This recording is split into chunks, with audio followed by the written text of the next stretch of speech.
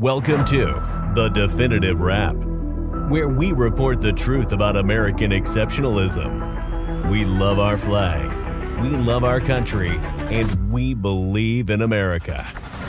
The Definitive Wrap, where we respect people of faith, the men and women in blue, and our support for Israel. And now your hosts, Bela Sebro, she's the nice one, and Alan Skorsky. He's not so nice. But together they are The Definitive Wrap.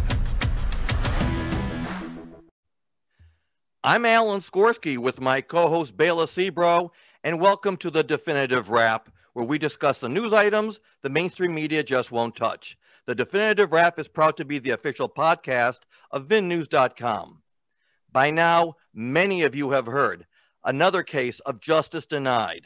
Not here in America, but in France, where Jews can be brutally murdered for no reason other than they are Jewish, then murdered a second time by the French judicial system.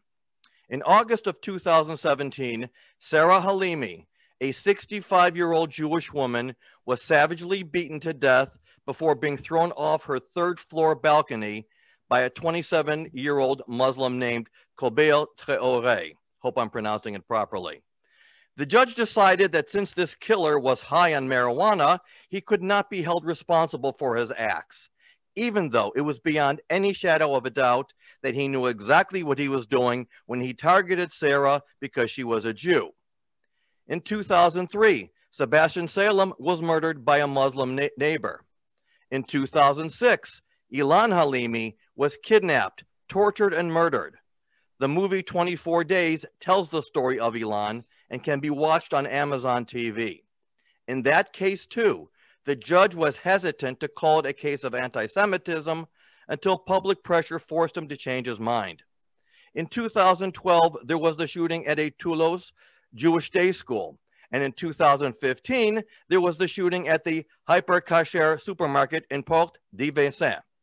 In that case, our very own president, Barack Obama, referred to the victims as random folks. In 2018, Marielle Knoll, a Holocaust survivor, was robbed and burned to death by a 35-year-old Muslim neighbor. Our distinguished guest, Yonathan Arfi, whom Bela will introduce shortly, will update us as to how the French community is responding. Bela? Thank you, Alan. The world stood in shock as the verdict for a cold-blooded murderer came in his favor. A man killed his Jewish neighbor and managed to get away with standing trial because the High Court called it a marijuana-induced psychotic episode. Kobil, I'm going to pronounce it in my English-speaking language. Kobil Treore received mercy for beating Sarah Halimi for more than 30 minutes while shouting about Allah and then throwing her out of the window of her third-story apartment in 2017. What did Sarah do to Kobil to make him hate her so much? Sarah Halimi was born a Jew. Sarah Halimi lived her life as a Jew, and that was enough for the murderer to kill her in such a brutal fashion. And since this is not the first time a Jew was killed in France and got away with it, the murderer knew that this time will be no different than the other times that Jewish blood is cheap. The CRIF umbrella group of French Jewish communities called it a miscarriage of justice. And the founder of the National Bureau for Vigilance Against Anti-Semitism, which is a communal watchdog known as BNVCA, said that he no longer had full confidence that anti-Semitic hate crimes in France are handled properly. And with us today to talk about the murder of Sarah Halimi is Yonathan Arfi. He is the vice president of the CRIF, an umbrella group of the French Jewish communities that monitors and combats anti-Semitism in France. Yonathan, welcome to the Definitive Wrap. Thank you, Bela. Thank you, Alan. When the murder of Sarah Halimi made the headlines back in 2017, I, along with Jews and even non-Jews around the world, cried out. And when the verdict came in that a human being who committed such a monstrous atrocity doesn't even have to answer for his crime, that was over-the-top anguish throughout the world. Thank God for your organization and your work on behalf of the Jewish community in France. Please share with our listening audience when your organization was started and what is it that you do to combat attacks on Jews.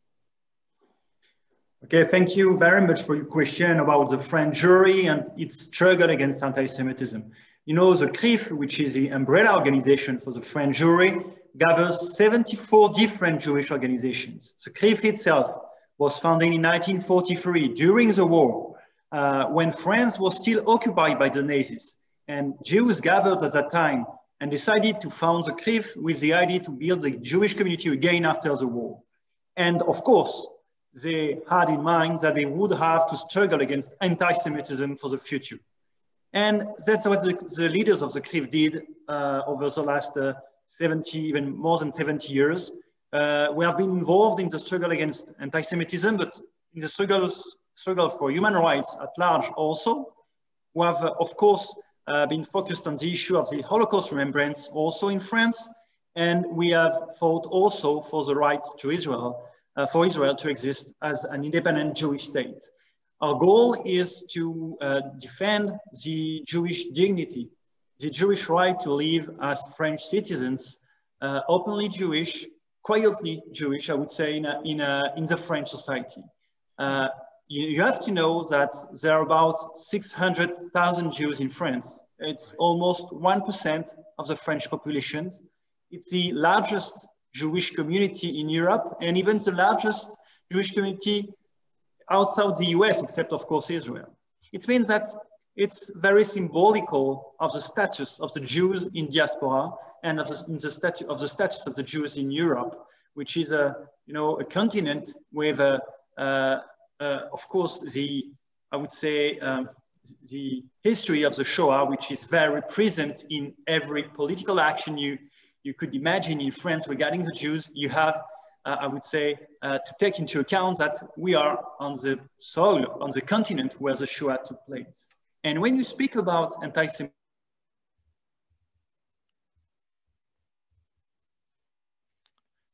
think about also the Shoah. It was mainly the case for Mireille Knoll. You spoke about her.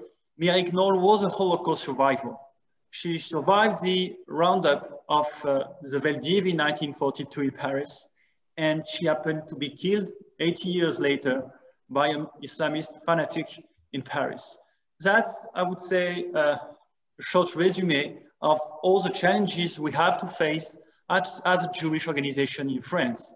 The situation is from the 30s to the 40s, of course.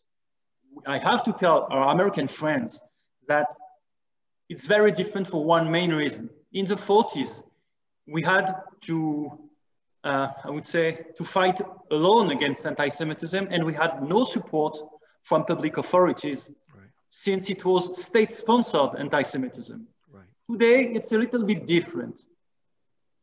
Usually, we have a strong support from the public authorities. Today, in the case of Sarah Halimi, we have a problem with the judges, but we have the support of the President Macron. We have the support of all the main political parties. So our status is a little bit different in the French society. We are targeted as Jews, of course, we know it, but we also have allies, and we are in the middle of a battle which is a little bit larger than us. We know that it's a battle against radical Islam, for instance. It's a battle against hatred in Western societies. So that's, I would say, the crossroad where Jews are located today in Europe.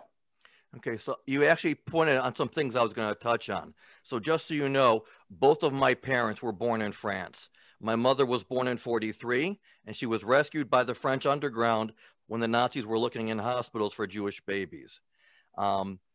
So you mentioned some points here. So one of the things I want to ask you, because see, here in America, we're also having a rise of Islamism and Palestinianism, and they're trying to sway public opinion against Israel. In France, is it the white supremacists, is it neo-Nazis, or do you see a rise in Muslim? We read about Africans, North Africans who are Muslim, and are they the ones who are the bigger threat to the Jewish community? Are the Nazis still there, or is it more, are they more of a fringe? Well, unfortunately, we'll still have all the kinds of anti-Semitism in France. We still have a classical anti-Semitism coming from the far right, with, I would say, an ideological, religious, Christian anti-Semitism. It's not a violent anti-Semitism. It does not reflect in violent physical attacks on Jews, but we know that it's still present in parts of the French society itself. And that's the classical anti-Semitism. But over the last 20 years, since the year 2000 and the beginning of the Second Intifada in the Middle East, we have witnessed in France a rise, tremendous rise in the number of attacks committed by young people in France, mainly of, I would say, Muslim descent. I'm not glad to define them only by that, but it's part of the issue, and it's important to say it also. So of people of Muslim descent identifying with the Palestinians and considering the French Jews as legitimate enemies in their eyes to get revenge for the Palestinian children in a way. And Jews have been targeted for that reason over the last 20 years. It was the case, for instance, in 2012, when Mohamed Merah was the shooter, the killer of the Jewish school of Toulouse in 2012, said to justify his action, said that he was doing it to get revenge for the Palestinian children. And we have to say that until the year 2015, when attacks also targeted the rest of the French population, you know about the Bataclan, Charlie Hebdo, until that period of time, we had several years. We have had several years where we had the feeling to be left alone. We had the feeling to be the only ones on the front line, and with no real support for our fellow French citizens. It changed with the attacks on Bataclan. If you speak today with a random French citizen in Paris, he will be aware of the issue of Islamism because he knows it, because he suffered from it like us. People are aware that there is an issue with radical Islam. They have all heard about the issue of anti-Semitism much more than they used to know about it 5 years ago. So today, for us, it's a little bit different. We know that we have friends, we know that we have allies, but we are only at the start of a long battle. And it's sometimes, I would say, difficult for us, for Jews, to accept that even we are only 1% of the French population. We are victims of about 50% of all the hate crimes in France. And some Jews in France decide to leave France because they consider that it's too difficult for them to live in France as openly Jewish. But the vast majority of them stay in France, fight back in France, and consider that they find in the French society enough energy, enough empathy to continue the battle. Yonathan, I understand that during a trip on February 18th, 2020, which was a year ago, French President Emmanuel Macron delivered a speech on the theme of the Republican reconquest and the fight against Islamist separatism at the Dollar Gymnasium in Mulhouse in eastern France. And just a few days ago, on Sunday, he was quoted in an interview for the newspaper La Figaro. And again, forgive me for not having a French accent. Le Figaro, perfect. He said this, and I'm quoting, "Deciding to take narcotics and then going mad should not, in my view, remove your criminal responsibility." And then he added, "I would like the Justice Minister to present a change in the law as soon as possible." So my question to you is, please, what is your opinion about what President Macron stated and his views about Jews in France? Well, that's an important question. First of all, we really have the feeling that, I would say it shortly, he was and he has been on our side from the beginning on this issue. And it's almost part of the problem because the judges considered that the support of Emmanuel Macron, when 1 year ago he said that there is a need for a trial, that he was interfering in the justice affairs. And as you know, there is a separation, strict separation between political affairs and justice affairs. Right. And some judges considered that it was an unacceptable interference of the political leaders in the justice affairs. So we have had a strong support from him. We cannot complain about his level of awareness regarding anti-Semitism, to be honest. He is clearly in the continuity of Nicolas Sarkozy and François Hollande before him, who had understood that the issue of anti-Semitism was not only a Jewish problem. They had understood that it was symbolical of a problem for the whole French society. It means, how do you deal with the radical Islam issue? How do you tackle that issue? And we are just, I would say, a revelator. I mean, a way to see something coming in the next future, you know. Right. And that's the role of Jews in diaspora. Also, we have this role to play. We are, I would say, you know, the small bird which was taken in the mines in order to feel before the human beings, to feel that there is a danger, and then to warn them that there is a danger for the miners. You know? Right. It's the role of the Jews in the Western societies also. Due to our own history, we are revelators of these kind of issues. And I think that Emmanuel Macron is like François Hollande and Nicolas Sarkozy and has understood it. My analysis is that regarding the change in the law, of course it's needed, but as you know, there is no retroactive law in France, which means that this law will not apply to the case of Sarah Halimi and to her murderer.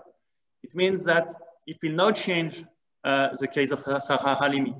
I hope that this new law will bear the name of Sarah Halimi, because it will be, I would say, the best way to mark something publicly regarding her memory. But it will not solve the anger of the victims, of the family, and all the whole Jewish community regarding it. Right. You know, here in America, we have many different communities, and there are Jewish groups who have interfaith relationships with Christians and with Muslims. So in France, do you have the same thing? Have you had French Muslim groups reaching out to you and saying, this does not represent us and this is just a bad guy? Or are the Muslims there saying, you're the Jews, this is your problem, you know, you deserve it? Well, it's a little bit more complicated than that, because we have strong and good relationships with the Muslim institutions. For instance, there is the largest mosque in Paris, which is a historical mosque, and which is linked to Algeria mainly. And we have very good relationship with them and their leaders. It's the same with many Muslim organizations. But the real problem is that they themselves have no impact on the ground, on the young Muslim population. You know, people who contest any kind of authority in the French society usually also contest the authority inside their own community. So they will not turn to the regular moderate imam. They will turn to the radical one, which is not officially affiliated with the mosque. So in fact, having a good relationship with the Muslim official institutions is a good thing. And we will, of course, continue to develop this kind of relationship. But we know that it will not be sufficient. We know that regarding the, I would say,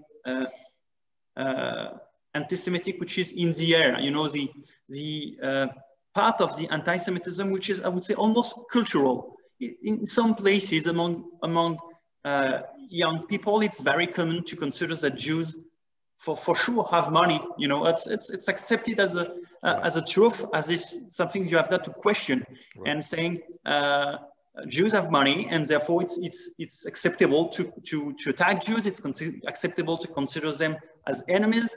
And the fact is that we are considered in France as Jews, as I would say, figures of the system. You know, there are people who are in the margins of the systems. For instance, part of the Muslim population, they have, I would say, violence against the system. They could attack policemen, schools, even hospitals sometimes, firefighters, but they will for sure, usually, I would say, join the Jews to that group representing, to their eyes, the system. We are considered as being, I would say, very close to the power, and in that way, in their eyes, responsible for part of their desperate situation. Right. You know. You know what? Go ahead, Bela. Sorry. Okay. Yonathan, I want to ask you about a law in France. According to Article 122-1 of the French Penal Code, a person is not criminally liable who, when the act was committed, was suffering from a psychological or neuropsychological disorder which destroyed his discernment or his ability to control his actions. So my question is, have there been incidents where if what happened to Sarah Halimi had happened to a non-Jewish French person, would the verdict have been the same? I guess really what the question is we know that Jews in France are targeted, but is the judicial system that liberal and forgiving to criminals? You know, that's part of the problem. The system is very laxist in a way, and it's the same in many other cases. Unfortunately, I've been in contact over the last few days with a guy who is in charge of a non-for-profit organization, which is named after his daughter, who was killed 20 years ago by a guy who was considered not responsible for his actions for the same reasons, because he was considered insane, you know. And this non-Jewish guy has been struggling over the last 20 years for making the law change. And it's you know, it's a philosophical bias of the judge. Of course, we don't have to judge people who are really insane. It's the basis of the justice. The question we have today on the case of Sarah Halimi is, how can you be at the same time considered anti-Semitic, which means having an ideology? So if you have an ideology, it means that you are able to make links between things you see and things you think about, you know, and at the same time being considered in a delirious state. If you are in a delirious state, you should not have recognized anything Jewish in the home of Sarah Halimi, maybe you should not have targeted her for her Jewishness. So that's the main issue we have. It means either it's anti-Semitic, either it's a crime by an insane guy, which it happens sometimes, and we could have accepted, but how can it be both anti-Semitic and committed by an insane guy? Okay. Yonathan, I want to ask you about media coverage, and I'll give you an example. Let's say in Israel, an Arab terrorist can charge an Israeli soldier with a knife, but the media will report Palestinian shot dead, and they won't give the whole story. When something like this happens in France, does the media say Jewish woman brutally murdered by Muslim, or just woman killed by, you know, psychotic neighbor? Well, usually the media, you know, they express what they are, the information they got from the police. You know, first of all, in these kind of cases, you have no other information than what the police said to you. And they started to say that it was someone who was considered insane. If we are honest, we have to recognize that the anti-Semitic dimension of this crime has been largely reported in the press, in the media. It was not the case at the beginning, but we have managed to have more and more media talk about the anti-Semitic part, anti-Semitic dimension of this crime. The problem you spoke about the bias from the media regarding Israel used to be the same in France, also regarding anti-Semitism at the beginning of the new wave of anti-Semitism at the beginning of the years 2000. At that time, young Jews were attacked in the streets, and the media was saying it's just random attacks on young people. We knew by experience, I would say, that these people were targeted because they were Jewish. And we consider on this case of Sarah Halimi that if she had not been Jewish, she would not have died. And that's something which is very important. We have some time to explain that to our French, to the French citizens, to say we suffer from the same insecurities than you, but on top of that, we know that if we are identified as Jews, we may suffer double portion in a way. And that's something which is very difficult to explain to people, because it can be considered as a way to saying we are more victims than you. We're not saying that. It's not a competition right. between victims, you know. Every sufferer has to be respected and to be considered by the society. But we know that Jews sometimes are targeted specifically for being Jewish, right. And that has a special meaning. And you have to tackle also that special meaning, not only the general part of the attack. Yonathan, I want to talk a little bit about Sarah Halimi. I want to give tribute to this beautiful soul who died al-Kiddush Hashem. What do we know about her life? Please share that with our listening audience. Well, first of all, she was a 65 years old doctor. She was a religious, Orthodox Jew, very observant. She from the testimonies we have, she was very, very nice to her family, to her neighbors, very discreet, and she's, you know, in Hebrew we say it's a tzaddiket, you know, yeah. Like someone doing good things around her in her life, yeah. And that's something. Thank you for your question, because usually in these kind of cases we focus on the political dimension of the crime, not only, and we forget sometimes the human dimension. Yeah. Right. And it's important to also remember of her figure and who she was. Right. Do you have Jewish groups, like, and again, in America, especially in America, we have Jewish groups, we have Shomerim, they call them guardians, people who patrol. In the French Jewish community, do you have French Jewish groups who go around, who protect you? And if there's ever a case where it's necessary, where they sometimes take justice into their own hands so that nobody ever sees the Jews as an easy target? That's a very interesting question. First of all, I have to underline first the cultural differences between the US and France regarding, for instance, I would say militias and guns and things like that. We live in a country in France where you cannot wear a gun without a specific permit. It's very limited. It's strictly limited. This means nobody wear a gun in France except policemen and military men. You know, it's right. Almost only them. You know, I know that it's different in the US, and the culture of defending oneself in the US is very different compared to France. So that's something to keep in mind when we compare the two situations.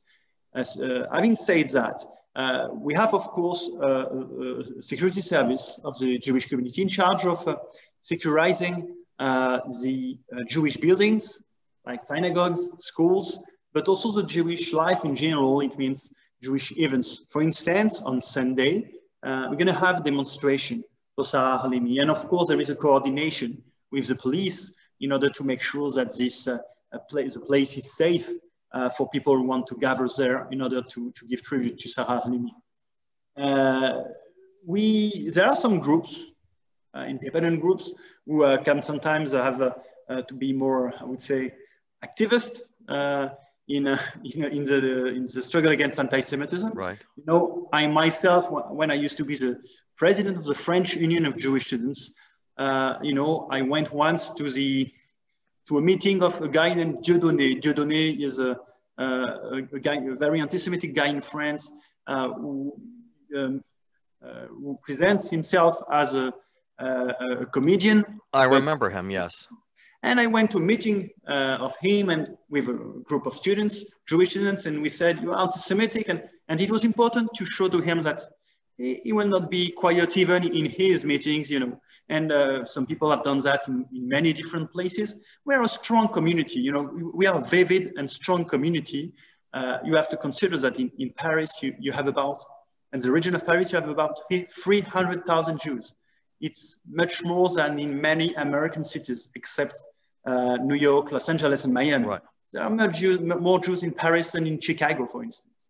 And there are Jews in France are very, I would say, united. They have a strong Jewish identity. They are very connected to Israel. And we have also a tradition of I would say, Jewish activism. And we tend to fight with these tools, even if they are not the same tools than in the US, for instance. Yonathan, what is the future for Jews in France? Historically, we have seen from the Alfred Dreyfus trial through the Holocaust and post-war that France is a land of systemic anti-Semitism, where Jews, if they are victimized, just have to live with it because that's just what it is. So are Jews just expected to accept it or leave the country? Well, that's also a very frequently asked question from our American and Israeli friends. Well, you have two ways of considering the affaire Dreyfus, the Dreyfus affair. Of course, it was a very anti-Semitic moment of the French society. But at the end of the day, Dreyfus was considered innocent, and half of the country raised up to say that Dreyfus is innocent and that Jews are not to be considered culprits. And, you know. And there is a very famous French philosopher, Emmanuel Levinas, whose father said to him when he was young, a country where half of the population raised up for the Jews has to be a country where we have to live, you know.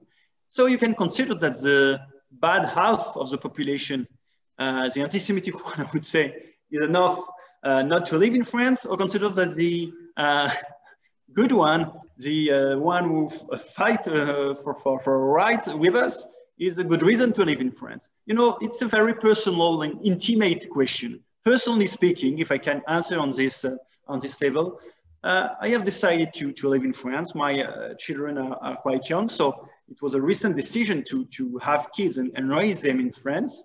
I do consider that as long as France is a democratic country, there will be Jews in France, and they will be here, and they will fight also. I'm not considering that we have to be a fatalist, you know.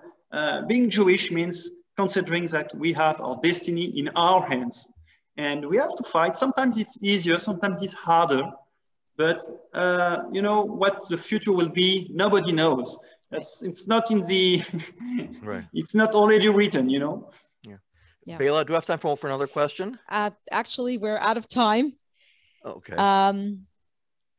Unless, Alan, you want to get one real quick question. I know that you're going to have a rally this Sunday to honor Sarah Halimi. Can you tell us, estimate how many people you're expecting, and are there other organizations or religious groups who are sponsoring this event with you?